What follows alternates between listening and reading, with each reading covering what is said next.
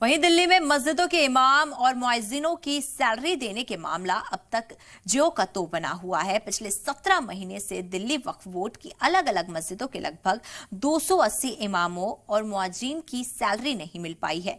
इस सिलसिले में दिल्ली के इमाम और मुअज्जिन लगातार अपनी हक की आवाज उठाते दिख रहे हैं, लेकिन अब तक कोई भी हल नहीं हो पाया है।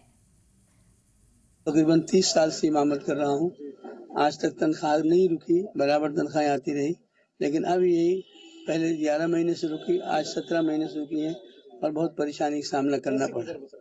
बस गुजर बसर हम बता नहीं सकते कैसे चल रहा है, अल्लाह ही चला रहा है, इसका कोई हिसाब नहीं है, समझे। मैं तो अमानतुल्लाह साहब को राय दूंगा, एक मशवरा दूंगा, एक उनको बहुत फ़ायदेमंद मशवरा दूंगा कि अमानतुल्लाह साहब एक बात ये सुन लो, अल्लाह का फैसला, दुनिया की हुकूमत ख़त्म हो जाएगी, इससे बड़ी एक हुकूमत आने वाली है, इससे बड़ी एक फैसले की अदालत आने वाली है।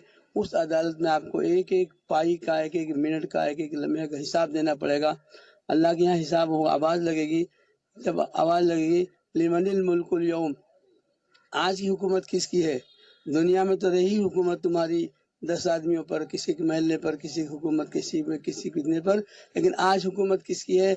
उस वक्त कहा जाएगा लिल्लाहिल वाहिदिल क़हार, आज की हुकूमत सिर्फ अल्लाह की है जो क़हार है और ये एक अकेला है, उसकी हुकूमत है। वहाँ झूठ नहीं चलेगी, रिश्वत तो नहीं चलेगी, बहानाबाजी नहीं चलेगी, वहाँ पूरा पूरा हिसाब, इन्नमा तुवफ़्फ़ौना उजूरकुम तुवफ़्फ़ौना, अल्लाह ने कहा कि पूरा पूरा हिसाब देना पड़ेगा।